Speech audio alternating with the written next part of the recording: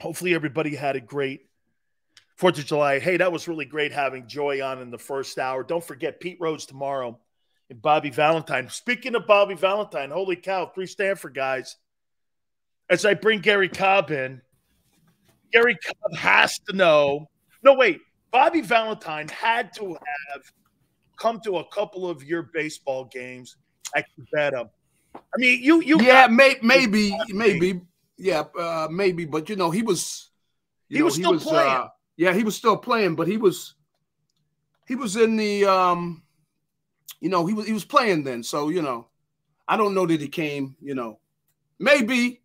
I don't know, you probably have to ask him. I don't know. Are you boys with him? Yeah. Well, I don't know him real well, but because you know, we've always been kind of busy doing whatever we've been doing. But I've gotten a chance to, you know, get to know him some. But I know, you know, of course, you know how many stories I've heard about him. I mean, when I was growing up, I mean, you know how much they would talk about Bobby Valentine. Oh my, hey, listen, I love Bobby V, man. Oh my God, this guy at Rippawam was dead. Yeah. I'm going like this. I'm getting recruited by Miami and Notre Dame too, man. Hey, after a while, Garry. Hey, yeah. Garry, right after a while, you go, I don't give a shit what you think of Art DeFilippis and Bobby V. I'm getting recruited by Notre Dame too. Now, you know, my brother played with Art DeFilippis. See, my older brother, James. Wow. Yeah, he played with him. So I grew up watching him, you know, and James, you know, he played baseball and football. So I watched him, you know, they play in the 16-18 Babe Ruth League. You know, I'm down there, little kid. I'm checking it out, man, you know. Yeah, I played for Clairol, just so we keep it score here. All right. Okay. Yeah, I remember Clairol. Yeah. Hey, hey, let me go here with you here. Yeah. A lot of new faces over on the defense. Correct. How do you handle, if you're Sean Desai, the assignments for exhibition football? Do you see a lot of Nakobe Dean? Do you see a lot of Jordan Davis? Do you see some Jalen Carter? Avonte Maddox at corner, maybe? How do you play so many new faces knowing that's not something they're doing a lot of, Garry? They're taking that team organized practices and getting more evaluation there. How do you see them going forward this preseason? Well, you know, I think that they're going to have to play those guys more than they normally would. So I'd say maybe a half, you know, maybe a half, you know, and it depends on what they're looking like, you know, at the practices. But they're going to be in there as a group. Let's say, you know, 3 series, you got some starters in there. You got the whole crew in there, you know, getting a chance to play, you know. But you want to, they've got to play. They got to be in there and play a little longer than everybody else because, you know, if you got, you know, guys in leadership positions where they're going to be making calls and things, but you want to see how they're looking. And a lot of it depends on how they're looking in practice. Do they look very good in practice? You know, where they're playing against the first team offense, you know, even if it's not full go, you know, you're able to see a guy, is he in position where he's supposed to be? Could he have made that play? You know, they got to be making assessments like that. And Nakobe Dean, you know, I could, like I said, from talking to him, I could tell he's a very bright kid. So he's got to come in there and impress him. Hey, look, I know where we're going to get in against this. I know where we're going to get in against this. If he goes in motion, you know, I'm going to check to this. You know, he's got to be on it, you know, where he presses them, where they say, hey, this kid knows what he's doing. And I think he's going to be able to do the mental part of it, you know, because he's kind of already done that. And just from talking to him, I was impressed with, you know, how intelligent he is, football intelligence. So with that, they're still going to have to place these guys more than usual because you got guys that are. He needs game reps, Garry. Yeah, he needs game speed reps. Correct. At that Mike linebacker. I think so. And I think they're going to give it to him, but they're not going to get ridiculous. Like he's not going to play a full game. No. But I could see a half, you know, and even coming out at the beginning of the second half because, you know, that's an, you know, experience right there. But you want to have checks where he's got to make adjustments You want to see him doing that kind of thing. You know, a guy just brought this up. Plus, you know what, Gary? I think the most important thing is I want to see if he can play. Well, I mean, we're sitting here listening to him talking, and he's telling us he's going to be in the right position. Yeah. But my friend Yale's here, right? We got to see if he can play. I agree because he's undersized. There's no question about that. So he's got to be able to where he knows where he's going, and he's there before, the time they make the play, boom, he's all over the play because he's small for a linebacker, with the big people they have in the game. And there have been undersized guys that have been able to play and play well. But we're going to find that out. Absolutely. But they definitely, and this is why I don't think their work is done until you get some veteran linebackers in here who can play, where you got sitting over there just in case you find out this kid's not ready. You got to have somebody can play. Here, let me throw this at you then. Yeah, go ahead. Do you see them playing more of what they did a year ago? Do you see them being more aggressive, less aggressive because of the experience that's in there? Because the one thing that I'm getting a sense of right now, I don't know how much you showed, because Gary, to me, if I'm the Patriots in this game against them week 1, I'm running the ball 38 times.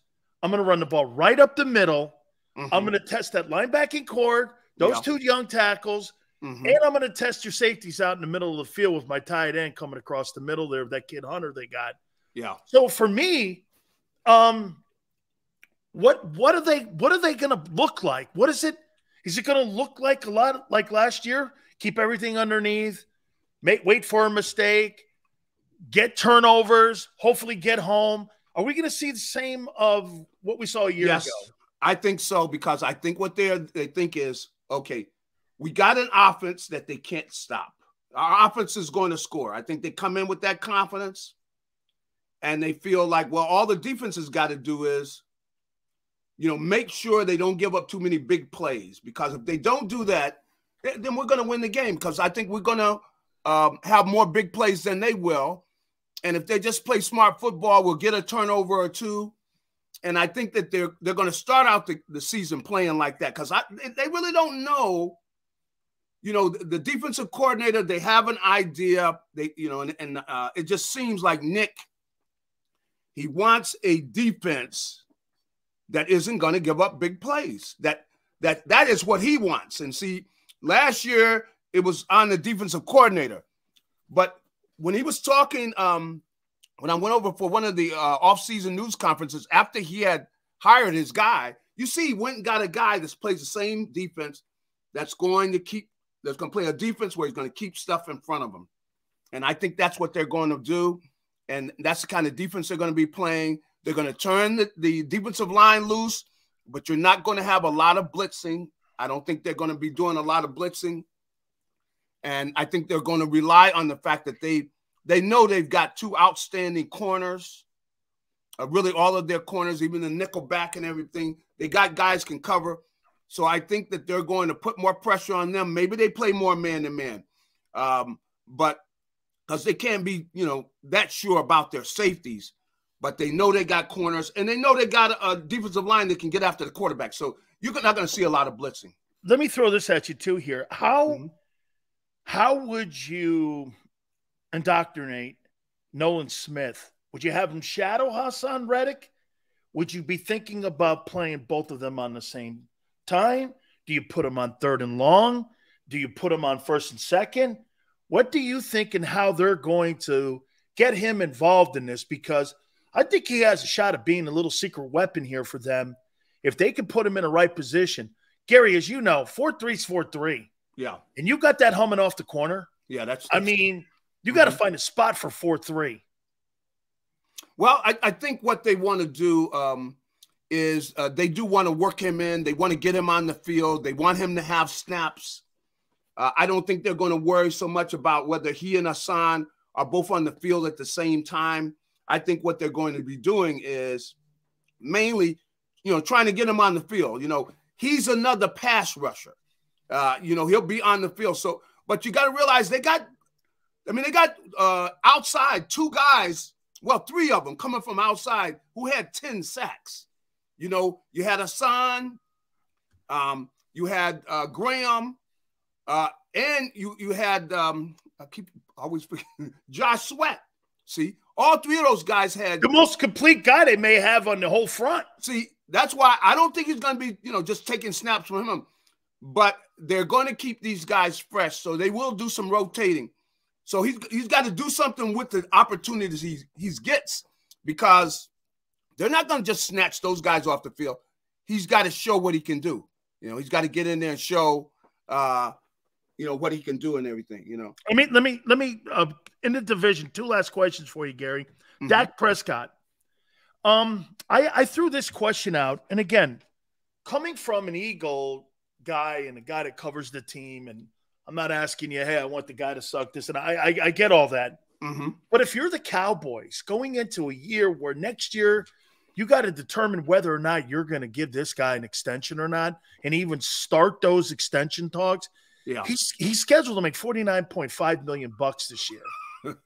I mean, Gary, God bless those guys. What do you think the Cowboys need to see from him to make themselves feel better that we'll start those talks? Because do you agree right now, July 5th, I'd be like this if I'm Jerry Jones in Dallas. Where are we going? I have not been impressed with Dak, and you think Jalen's outplayed Dak Prescott the last 2 years? I think he has. And I will tell you, especially you see the drastic improvement. See, why haven't you seen Dak improving? And I've got to see regression. I got to see him get this team to the playoffs and play well in the playoffs. He hasn't played well in the playoffs. Come on, man. We're giving you all this money. We expect to be in the playoffs, and we expect you to play well. Now, if they win, if they don't win, that's not what I'm looking at. But I'm looking at the way he plays. I don't need the nonsense like the game against San Francisco, where you don't know how much what the time is on the clock, and that awful game last year, where you're just turning the ball over. I'm sorry, and in big games, I don't want you just folding up in big games. I want you to be a playoff quarterback who is a plus to this football team, where you can't be just turning the ball over. Last year, that was just the way he turned the ball over in the playoff game, man. I'm sorry. I wouldn't want to be anywhere near him on the plane back, man. Well, I'll tell you what, though. 8-3 versus the Birds. Well, which is psycho. Yeah, now he has. Now, some of that has been, when you got last year, you got the quarterback hurt and stuff. But he's had really some of his best games against the Eagles. No. But the problem with Dak, though, comes down to this, Gary. He'll beat the Eagles the following week against the Saints. Yeah. He drops it 10-7. I know. And you're like, okay, so he goes from here to that. I mean, Jalen never has those pendulum swings like that. And I would, if I were them, I would be looking at the quarterback market and say, hey, me too. If I don't see a play, I'm talking about I want a playoff quarterback. A run. I want a guy that can play big in big games. Come on. If you're going to do it, you got to play well in the big games. And we haven't seen that from Dak, Hey, haven't seen it, man. Final question for you. Daniel Jones. Are you more comfortable and confident that he's the guy in New York, or are you in the camp like me? I look at it and go, you gave that guy $46.1 million. Holy shit, man. I saw 4 or 5 games where I thought he was really good. He had a great playoff win, but it was against the Vikings. Yeah, I know. Who never play well. I mean, how do you see Daniel Jones?